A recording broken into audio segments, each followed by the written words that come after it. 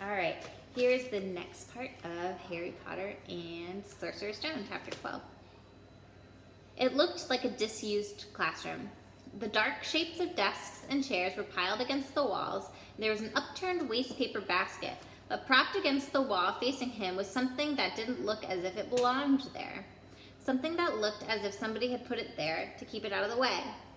It was a magnificent mirror, as high as the ceiling with an ornate gold frame, standing on two clawed feet. There was an inscription carved around the top. Ersed strat eu ub kafru oik on woshi. Panic fading now, there was no sound of Filch and Snape. Harry moved nearer to the mirror, wanting to look at himself but see no reflection again. He stepped in front of it. He had to clap his hands to his mouth to stop him from screaming. When he whirled around, his heart was pounding far more furiously than when the book had screamed, for he had not only seen himself in the mirror, but a whole crowd of people standing right behind him. The room was empty, though. Breathing very fast, he turned slowly back towards the mirror. There he was, reflected in it, white and scared looking, and there, reflected behind him, were at least 10 others. Harry looked over his shoulder, but still, no one was there. Or were they all invisible too? Was he, in fact, in a room full of invisible people? This mirror's trick was that it reflected them, invisible or not. He looked in the mirror again. A woman standing right behind his reflection was smiling and waving at him. He reached out his hand and felt the air behind him. If she was really there, he'd touch her. Their reflections were so close together, but he only felt air. She and the others existed only in the mirror. She was a very pretty woman. She had dark red hair and her eyes. Her eyes were just like mine, Harry thought, edging a little closer to the glass. Bright green, exactly the same shape. But then he noticed that she was crying, smiling, but crying at the same time. The tall, thin, black-haired man standing next to her put his arm around her. He wore glasses, and his hair was very untidy. It stuck up at the back, just like Harry's. Harry was so close to the mirror now that his nose was nearly touching the reflection. "Mom?" he whispered. "Dad?" They just looked at him, smiling. And slowly, Harry looked into the faces of the other people in the mirror and saw other pairs of green eyes like his, other noses like his, even a little old man who looked as though he had Harry's knobbly knees. Harry was looking at his family for the first time in his whole life. The Potters smiled and waved at Harry, and he stared hungrily back at them, his hands pressed flat against the glass as though he was hoping to fall right through it and reach them. He had a powerful, kind ache inside of him, half joy, half terrible sadness. How long he stood there, he didn't know. The reflections did not fade, and he looked and looked until a distant noise brought him back to his senses. He couldn't stay here. He had to find his way back to bed. He tore his eyes away from his mother's face and whispered, "I'll come back," and he hurried to his room.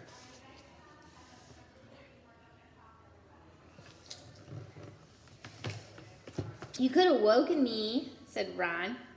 "You can come back tonight." "I'm going back. I want to show you the mirror." "I'd like to see your mom and dad," Ron said eagerly. "And I want to see all your family, all the Weasleys. You'll be able to show me your other brothers and everyone."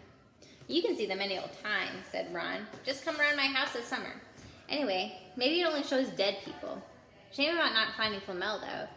Have some bacon. Why aren't you eating?" Harry couldn't eat. He had seen his parents and would be seeing them again tonight. He had almost forgotten about Flamel. It didn't seem very important anymore. Who cared about what the three-headed dog was guarding? What did it matter if Snape stole it, really? "Are you all right? You look odd." What Harry feared most was that he might not be able to find the mirror again. With Ron covered in the cloak too, they had to walk much more slowly the next night. They tried retracing Harry's route from the library, wandering around dark passages for nearly an hour. "I'm freezing," said Ron. "Let's forget it and go back." "No," Harry hissed. "I know it's around here somewhere." They passed the ghost of a tall witch gliding in the opposite direction, but saw no one else. Just as Ron started moaning that his feet were dead and cold, Harry spotted the suit of armor.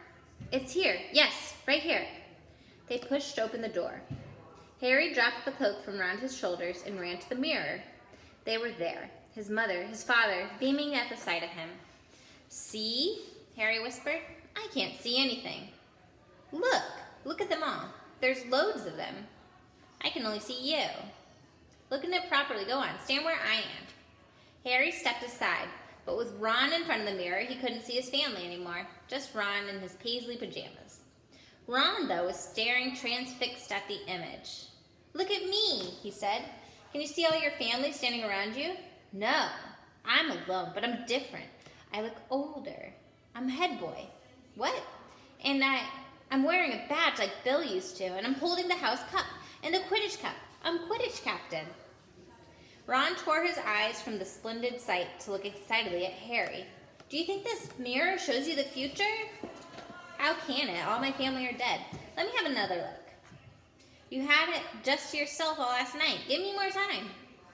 You're only holding the Quidditch cup. What's interesting about that? I want to see my parents. Don't push me. A sudden noise outside the corridor put an end to their discussion.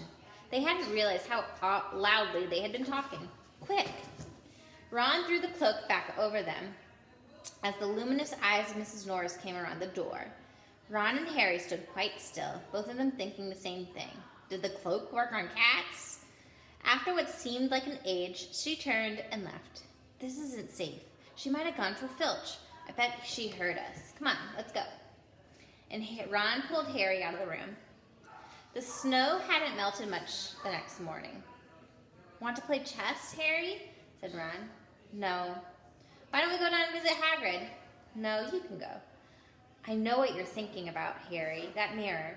Don't go back tonight. Why not? I don't know. I just got a bad feeling about it. Anyways, you've had too many close shaves already. With Filch, Snape, and Mrs. Norris all wandering around. So what if they can't see you? What if they walk into you? What if you knock something over? You sound like Hermione. But Harry had only one thought in his head, which was to get back in front of the mirror. Ron was going to stop him. The third night, he found his way more quickly than before. He was walking so fast, he knew he'd be making more noise than wise, but he didn't meet anyone. And there were his mother and father smiling at him again, and one of his grandfathers nodding happily.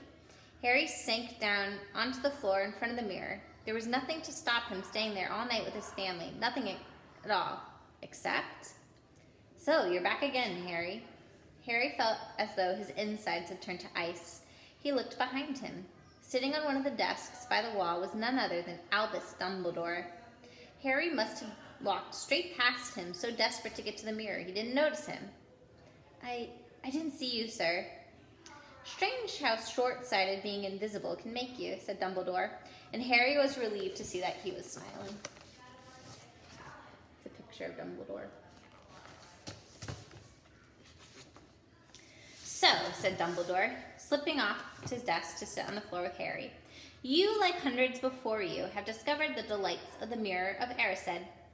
I didn't know it was called that. No, but I expect you've realized now but what it does.